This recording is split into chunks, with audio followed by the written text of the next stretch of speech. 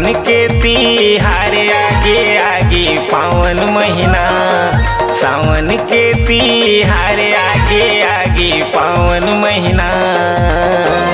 सब कांवर उठा के संगी चलो बोलबम जाओ ना, अब कांवर उठा के भैया चलो बोलबम जाओ ना।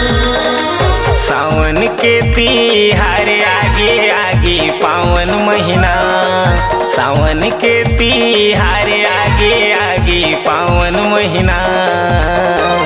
सब कांवर उठा के संगी चलो बोलबम जाओ ना, अब कांवर उठा के भैया चलो बोलबम जाओ ना।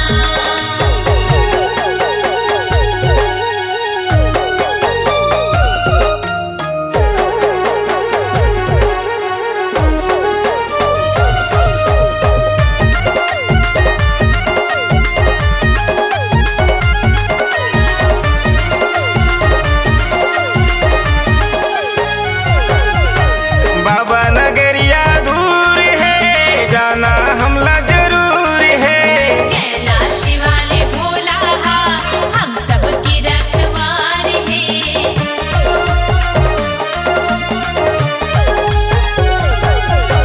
बाबा नगरिया दूर है, जाना हमला जरूर है।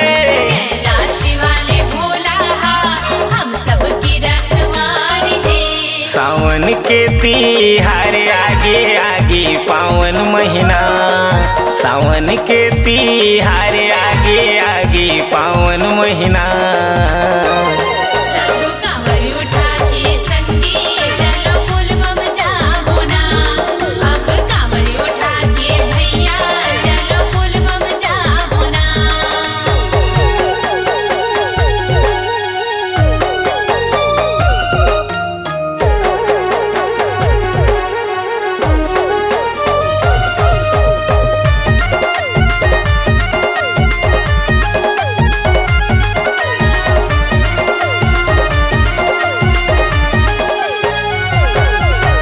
कांवर मजलला भर के जी जाबो शिव के धाम में। धोआ चाउर नरियर औ बेलपतिया ला चढ़ाबो ना।